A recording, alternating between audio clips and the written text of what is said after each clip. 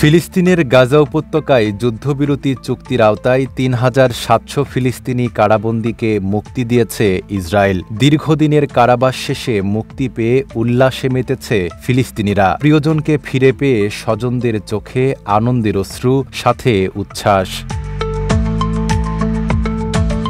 তবে মুক্তির আনন্দেও অনেকে ভুলতে পারছে না নির্যাতনের সেই ভয়াবহ স্মৃতি। কেউ পতাকা হাতে উদযাপন করছেন স্বাধীনতার স্বাদ, আবার কেউ প্রিয়জনের ছবি বুকে জড়িয়ে অপেক্ষায় রয়েছেন ফিরে পাওয়ার আশায়। দুই ধাপে সম্পূর্ণ হয় এই মুক্তি কার্যক্রম। প্রথম ব্যাচে রামাল্লার কাছে ইসরায়েল নিয়ন্ত্রিত ওফের কারাগার থেকে মুক্তি পায় প্রায় ২,০০০ ফিলিস্তিনি। দুপুরের দিকে ইন্টারন্যাশনাল কমিটি অব রেড ক্রসের সরবরাহ করা বাসে তারা পশ্চিম তীরের বেইতুনিয়া শহরে এসে পৌঁছায়। একই সময় দক্ষিণ ইসরায়েলের নাগেভ কারাগার থেকে দ্বিতীয় ব্যাচে মুক্তি পায় আরও ১,৭১৮ বন্দী। সানবিট সব দিবে সামাল।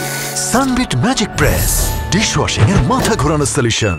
এদের মধ্যে ২৫০ জন যাবজ্জীবন দণ্ডপ্রাপ্ত ছিলেন। ইসরায়েল জানায় এরা সবাই ২০২৩ সালের অক্টোবরে গাজায় সামরিক অভিযান শুরুর পর আটক হয়েছিল। গাজায় পৌঁছানোর পর বন্দীদের প্রাথমিক স্বাস্থ্য পরীক্ষা করা হয় খান ইউনিসের নাসের মেডিকেল কমপ্লেক্সে। মুক্তিপ্রাপ্তদের স্বাগত জানাতে বেইতুনিয়া ও খান ইউনিসে ভিড় করেন শত শত ফিলিস্তিনি। ২ বছরের রক্তক্ষয়ী যুদ্ধের পর মার্কিন প্রেসিডেন্ট ডোনাল্ড ট্রাম্পের মধ্যস্থতায় নতুন যুদ্ধবিরতি পরিকল্পনায় সম্মত হয় ইসরায়েল ও হামাস। গত শুক্রবার থেকে শুরু হওয়া এই যুদ্ধবিরতির তৃতীয় দিনে হামাস অবশিষ্ট ২০ ইসরায়েলি জিম্মিকে মুক্তি দেয়। এর বিনিময়ে ইসরায়েল ৩৭০০ ফিলিস্তিনি কারাবন্দীকে মুক্তি দিয়েছে। ইসরায়েল জানিয়েছে মৃত্যুদণ্ডপ্রাপ্ত কোনো বন্দীকে এই চুক্তির আওতায় মুক্তি দেওয়া হয়নি। নাইম আরাবি, ঢাকা পোস্ট।